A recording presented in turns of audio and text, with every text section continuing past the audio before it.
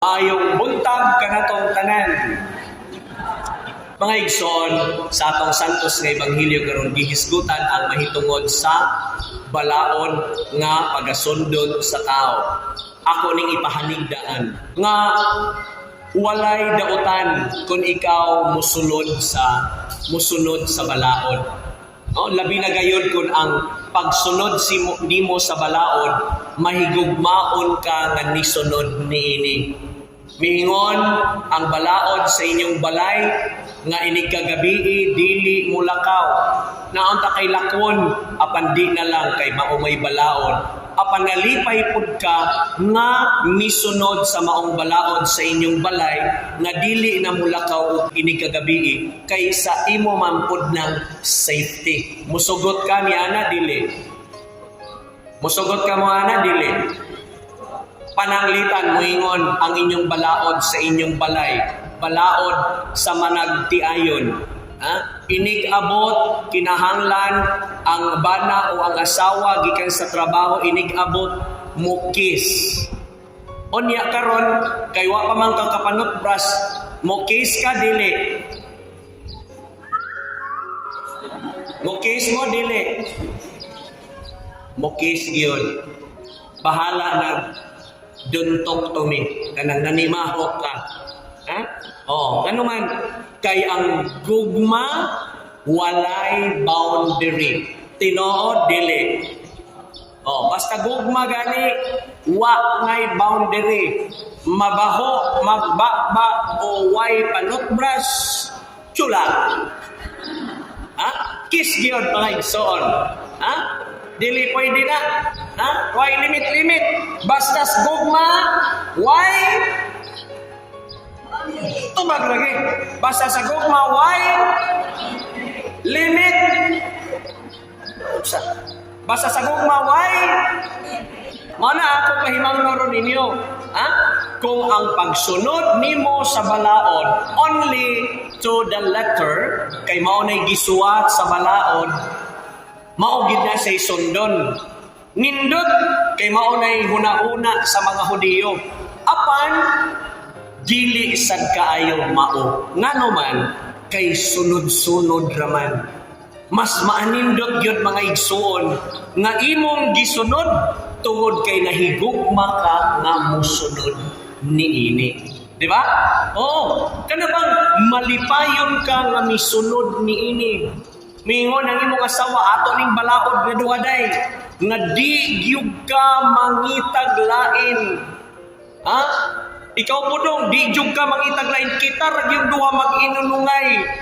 Sa kalisod o kasayon sa kinabuhi, kita ra gyud duha di gyud na nato di gyud na nato supakon ang atong gihimo karon nga balaod.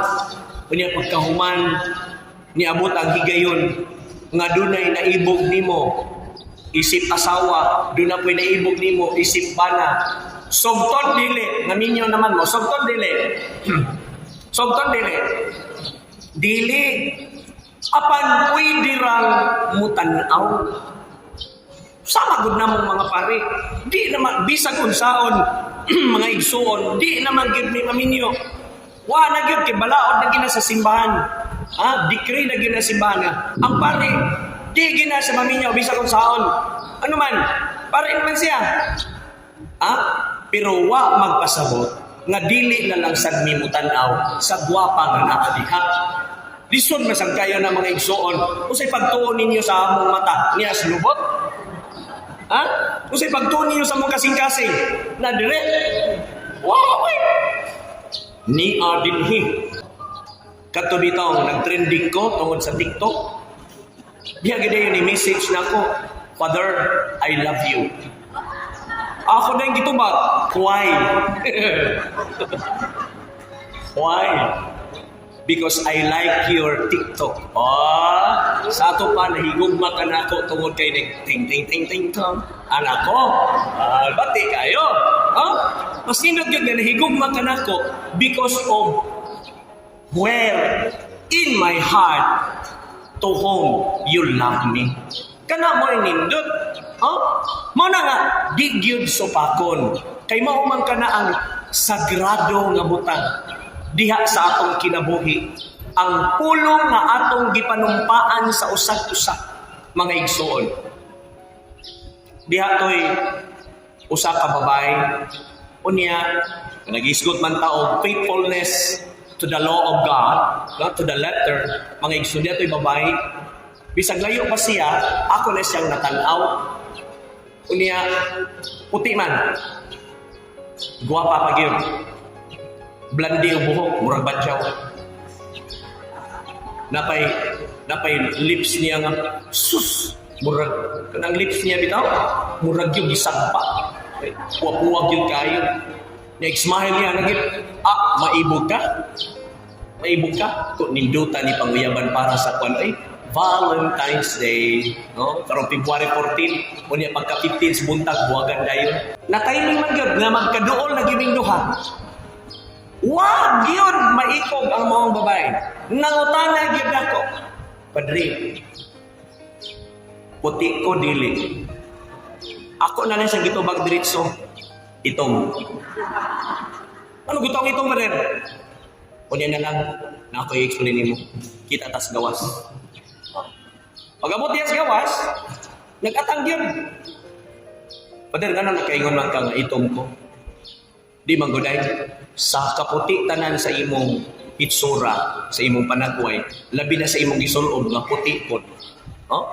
Sa kaputi tanan sa imong gisulob, doon ako'y nakitaan na itom.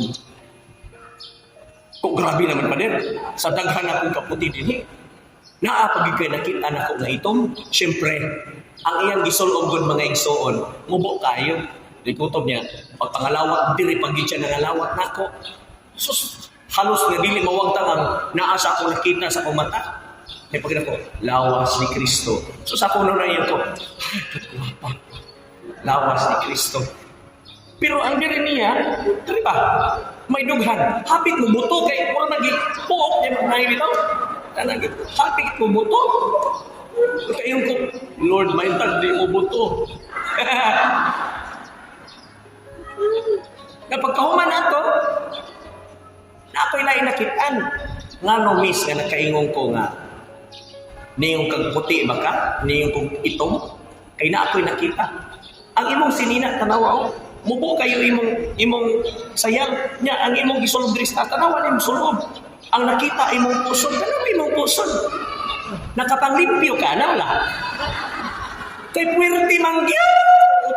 Ituma sa pusod. Palihog, mga inday. Ha?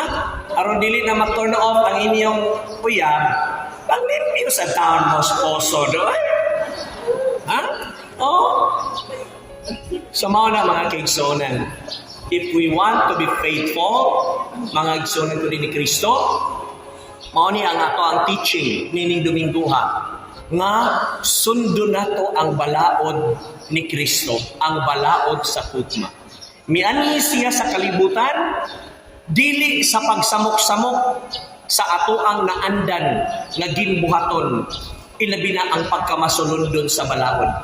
Miani si Kristo sa kalibutan aron paghingpit sa maong balaod. Nga dili kita sunod-sunuran ra, dili kita kuyog baboy ra. Asa ang kaon, tuasad ta.